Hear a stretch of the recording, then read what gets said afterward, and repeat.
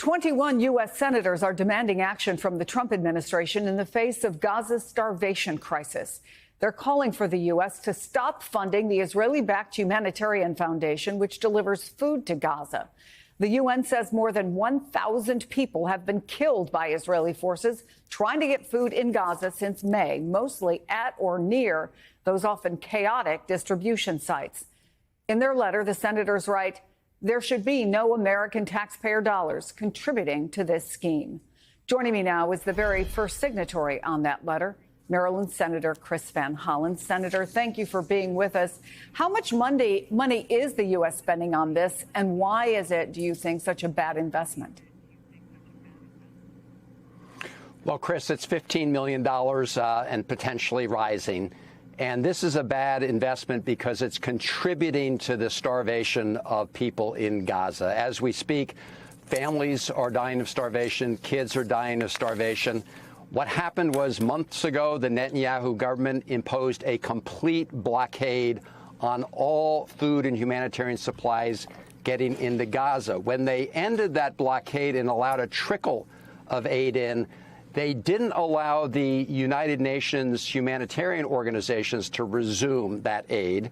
They replaced it with this private organization backed by mercenaries and the Israeli Defense Forces that has been used not really to deliver food, but to use food as a weapon of war. So in our letter, we say U.S. taxpayers should not be complicit in what has become a death trap, those scenes of people swarming to get food only to be shot down, and let the UN organizations resume what had been a very difficult situation, but at least people were not starving to death every day.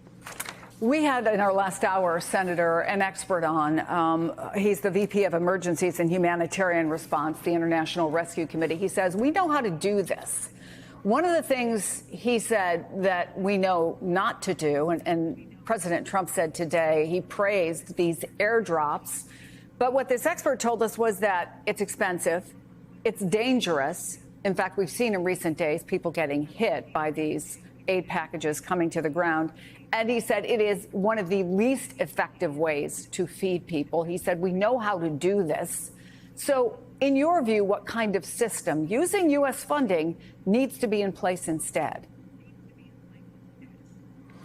Well, the expert you interviewed is absolutely right. Airdrops actually are just a little pinprick compared to what is needed. We need a massive influx of food and humanitarian assistance right now.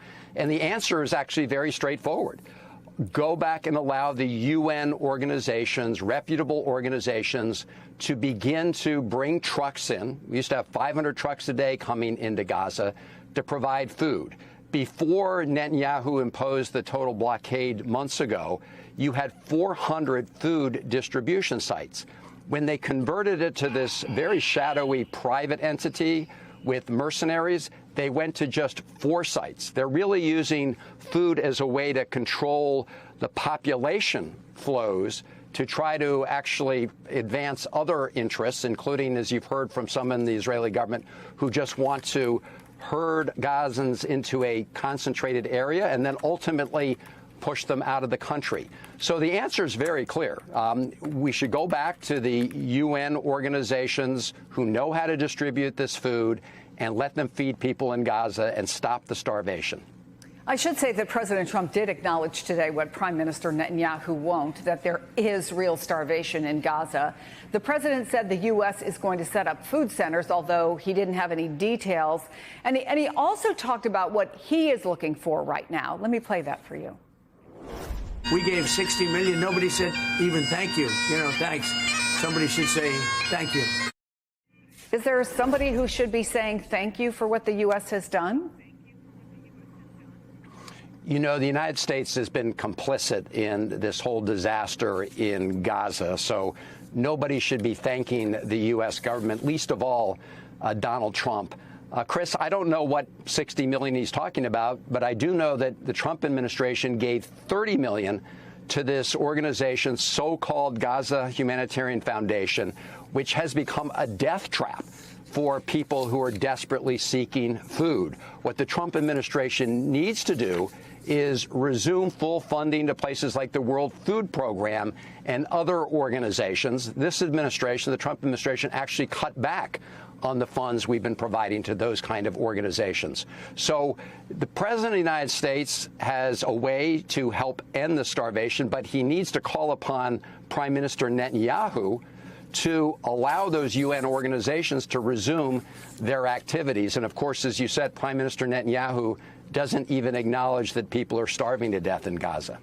And in the meantime, as multiple experts have told us, including people in country right now, the clock is ticking. People are dying, including children, every day. Senator Chris Van Hollen, thank you for coming on the program.